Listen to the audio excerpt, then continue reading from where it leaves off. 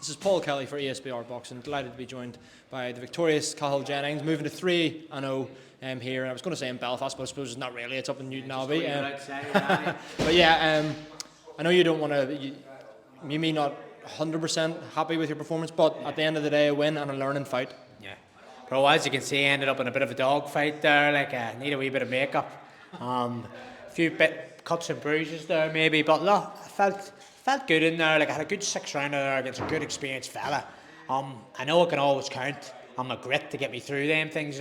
Felt a wee bit flat there. Got stuck into a dog fight with an experienced fella, and I'm glad I've got them 6 rounds under my belt. They'll stand by me going into the new year. Definitely, for sure. Do you think when you got in there straight away, the first round, do you feel like you maybe got carried away a little bit? Do you think you were maybe going to overpower him? And perhaps even get him out of there, or was it, did you want the 6 rounds before going into the fight? No, I felt like I would have been able to overpower him, bro. Shout out to Matt King, a hardy boy, a real strong operator that really surprised me on the inside. I felt like I was going to be able to walk him down and beat him up inside, For the height of him there, he had good inside fighting, he was hitting me, clubbing me up around the side of the head. But look, these things you have to learn these things. This pro game's a lot different to this amateur, I was holding on a wee bit there, a bit too much, I should have been working a wee bit more, but keeping my composure a wee bit more. I should have been listening to my coach. He was saying cool, calm, composed. I was like a fucking Rottweiler in there trying to get at him, but look, it'll stand by me, I need to listen. As I said, it's, it's not a sprint, it's a marathon, this pro game, so a learning curve.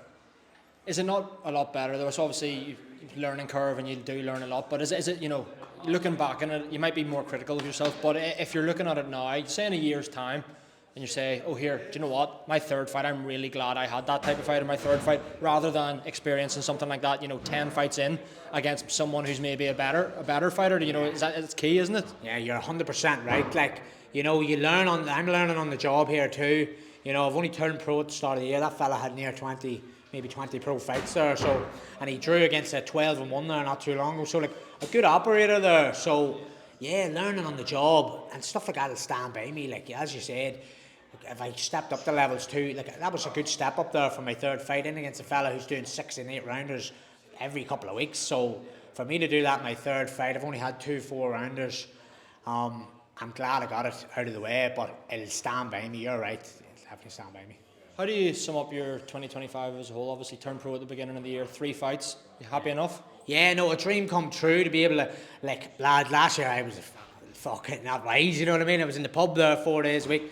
I turned my life around, I met Dan Anderson helped me change my life.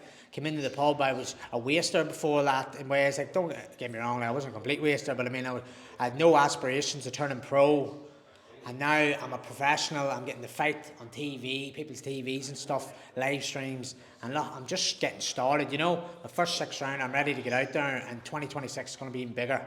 What do you want to achieve in 2026? Is it beginning of the year you want to get out in February, March, another couple of 6-rounders? Do you want to step it up to the 8-rounders? How does a 2026 look like for you in an ideal world? Yeah, well, I would like to get another couple of 6-rounders. That was a real good learning fight there for 6 rounds, I was pushing that pace. I was fighting that like an amateur out there, you know what I mean? I was going mad, but, he was very good at carrying the pace, and, I was going a wee bit gung-ho, so that'll teach me going into these next ones. I want to get maybe 2, 3, 6-rounders, and then the latter part of next year, maybe look at a Celtic title or something.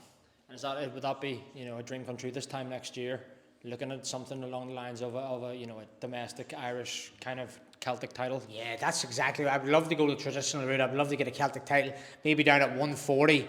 I need to sharpen up more than that there. But look, I know that my engine and my grit, and I can be a nightmare for anyone in there. I'm a non-stop in there. So yeah, look, 2026, we're going to be bang on the money. It'll be a big year. Well, I'll not take up any more of your time. It was a thoroughly entertaining fight with Cathal. Thanks very much, and speak to you again soon. Cheers, thank you.